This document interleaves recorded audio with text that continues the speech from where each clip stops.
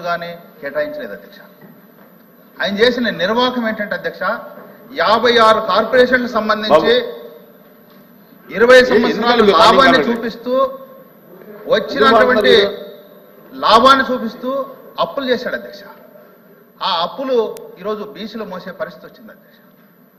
శవాల మీద పైసలు ఏరుకున్నట్లు బీసీలు మోసం చేశాడు. దాని జలసాల కోసం బీసీలని ద్రోహం చేశాడని చెప్తున్నాను అధ్యక్ష.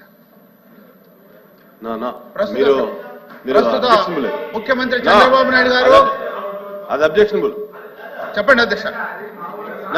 అది రికార్డు లింక్ తీసే అది రికార్డు లింక్ తీయండి అధ్యక్ష. నిధులు లేవు విధులు లేవు డబ్బులు ఏరుకోవడం ఏంటంటే 56 కార్పొరేషన్ల అధ్యక్ష ఈ రోజు అడుక్కునే పరిస్థితి వచ్చింది అధ్యక్ష. బీసీల మీద శవాల మీద డబ్బులు ఏరుకుంటారంటారు మీరు. మరి డబ్బులు ఏం చేశారు అధ్యక్ష? రికార్డు లింక్ తీయండి. అప్పులు చేశారు అధ్యక్ష. 56 కార్పొరేషన్లు తాకట్టు పెట్టాడు, నిధులు కాజేశారు. వచ్చినటువంటి అప్పులు తీసేసుకుని వచ్చినటువంటి అప్పుల్ని అది రికార్డు లింక్ తీసాం. కూర్చోండి మీరు కూర్చోండి మీరు కూర్చోండి మీరు కూర్చోండి అధ్యక్ష. నేను బీసీల గురించి మాట్లాడుతున్నారు. అమర్నాథ్ గౌడ్ హత్య గురించి కూడా మాట్లాడదామా? చర్చ పెట్టుకుందామండి. అమర్నాథ్ గౌడ్ హత్య గురించి చర్చ పెట్టుకుందామా? ఎట్లా వైకాపా నాయకులు ఒక పిల్లోడు నోరులో అతను చదువుకున్న పుస్తకాల నుంచి కాగితాలు చింపి నోట్లో కుక్కేసి పెట్రోల్ పోసి తగలబెట్టి చంపేశారు. చర్చిద్దాం, నో ప్రాబ్లం. లోకేష్ గారు దళిత శవాన్ని ఎట్లా డోర్ డెలివరీ చేశారు చర్చిద్దాం. We are ready.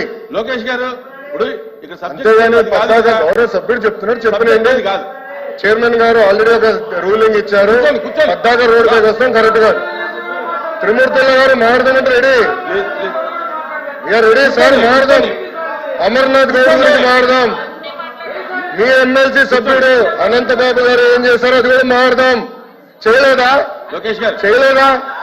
అనంతబాబు గారు శవాన్ని డోర్ డెలివరీ చేయలేదని చెప్పండి. మీరు చెప్పండి చెప్పండి చెప్పండి సార్, చెప్పండి. శవాన్ని డోర్ డెలివరీ చేయలేదా అని అడుగుతున్నా.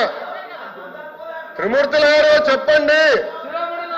బీసీల గురించి మాట్లాడుతున్నారు కదా, అందుకనే మాట్లాడా. అమర్నాథ్ గౌడ్ గురించి కూడా మాట్లాడా.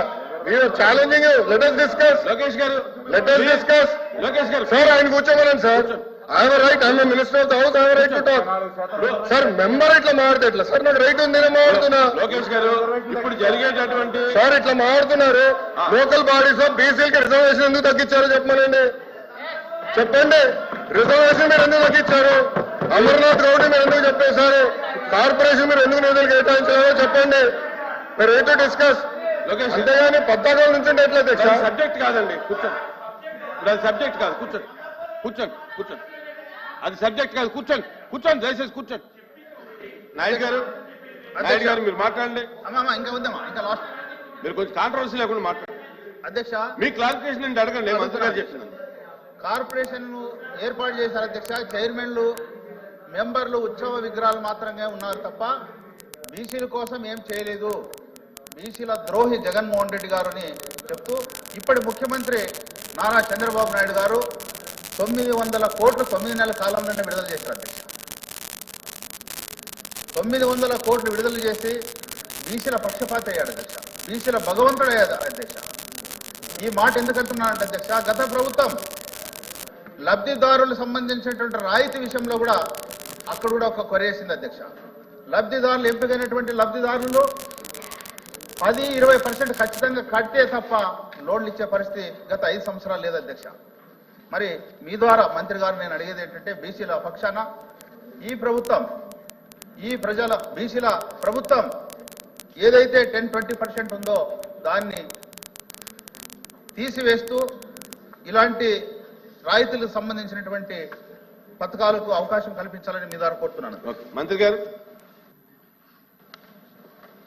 నమస్కారం అధ్యక్ష.